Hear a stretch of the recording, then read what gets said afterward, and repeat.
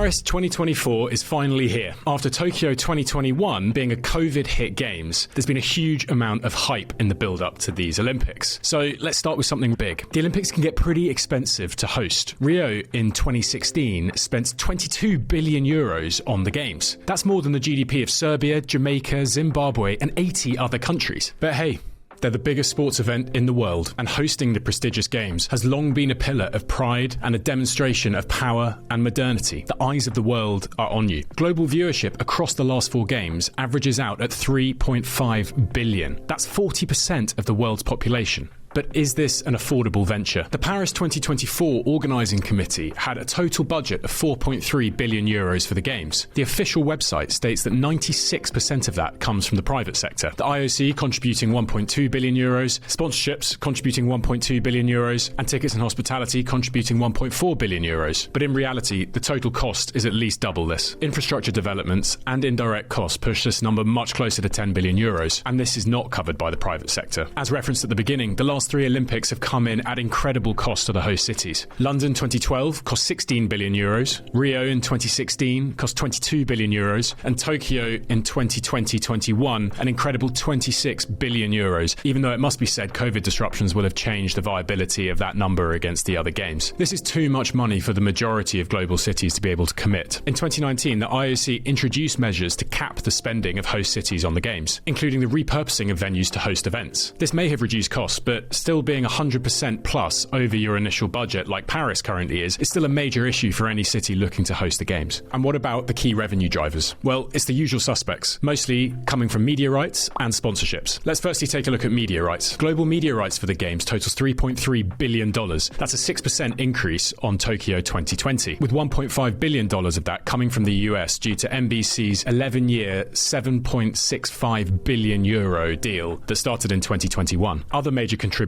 include Japan at $238 million, China at $209 million, the UK at $122 million, and France at $121 million. Warner Brothers Discovery bought the European rights for the games for $1.3 billion back in 2015, spanning 5 games. This gives them access to 3,800 hours of live coverage during this Olympics. If you don't pay for Discovery Plus and its affiliated channels like TNT Sports and Eurosport, they have a very good offer of £3.99 exclusively for their Olympic coverage for the 2 weeks. In the modern world of how much it costs to watch most sports events, that's a pretty good deal. There's been a lot of complaining around the amount of coverage the BBC is able to show, and that is predominantly down to this deal with Discovery. It massively limits the distribution power of the BBC, who are unable to match this bid and are therefore restricted to a network TV channel and a secondary broadcast stream throughout. That leads to a total of 250 hours of live coverage. On to sponsorships, and the Olympics is naturally a huge driver of sponsorship revenue, with brands desperate to promote themselves on a global stage to that many people. The total number of sponsorship cash for these games is at $1.34 billion. That's a 60% uplift on Tokyo. Toyota, Airbnb, Alibaba, P&G, Omega, they're all paying the big bucks. The distribution of some of this is interesting to see. Maybe unsurprisingly for the host city, much of that sponsorship cash is attributed to France, with $443 million coming from the country, $371 million of that from the US, and $148 million of that from China. The US, Japan, China, and the 5 major European contributors, that's the UK, France, Germany, Italy, and Spain, contribute 98% of this commercial revenue. It's an indicator that the prestige of the Olympics still reigns supreme with many brands, with the 5 rings representing the pinnacle of human performance. With the LA Games up next in the US in 2028, you'd imagine that number is only going to increase. And what about athlete pay? The hot topic. Should athletes be paid for their participation in the Olympic Games? Or at least for their medaling success? Well, the Games began as an amateur competition to champion sports and the pinnacle of athleticism, and the IOC retains that spirit, instead distributing its revenue to national governing bodies and international federations. But while the IOC is unbudged on its approach to pay, some of the national federations have delivered. World Athletics have pledged $2.4 million to reward gold medal winners at this Games, or $50,000 per medal, split 4 ways if it comes from a relay. This will be extended to silver and bronze in LA 28. Boxing's IBA has gone one step further, pledging $100,000 for a gold medal, $50,000 for a silver medal, and $25,000 for a bronze. But where it really gets interesting is looking at what national committees offer their athletes. The US and Australia are two of the most successful nations to pay their athletes. The US paying $37.5 thousand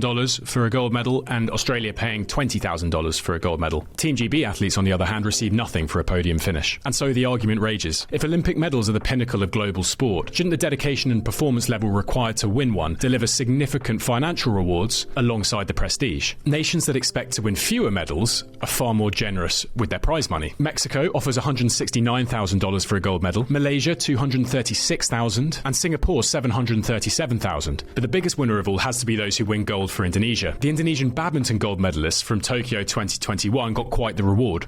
They received $350,000 in cash, 5 cows, their own meatball restaurant, and brand new houses. That's pretty hard to beat. We always like to have a look at the cost of attending. Now, as you can imagine, attending the Olympics for a few days can become quite expensive. Airfares into the city actually have remained relatively stable, with a ticket from the US costing about €750 and Europe anywhere between 150 and €200. Hotels come in at an average of €370 a night, but you get massively hit on the tourism tax, which has been increased by 200% for these 2 weeks. France is the most visited country in Europe, with over 100 million tourists per year. Despite the Olympics being a massive attraction to many, it can also put off some who are not here to watch the games. A massive boost for Olympic-specific tourism, yes, but for anything alternative, the thought is the Olympics is on, it'll be really busy, we should probably avoid. Naturally, this has an adverse effect on industry that isn't directly related to the games, like some hospitality venues and retail. Tourism numbers for July are actually down 15% from July 2023, and hotels are only at 60% capacity. Getting tickets for these games is always going to be the hard part. Now, 10 million went on sale for the games, and prices for these largely vary depending on the event. The women's gymnastics team event had tickets ranging from €125 to €690. Swimming semi-finals and finals were similarly priced, though the lowest level tickets were actually available for €85. Prices may also vary based on whether it's a men's or women's event. Men's basketball tickets for the final cost as much as €980, compared to the women's event at €510. Unsurprisingly, the men's 100-metre final for Paris is also incredibly high,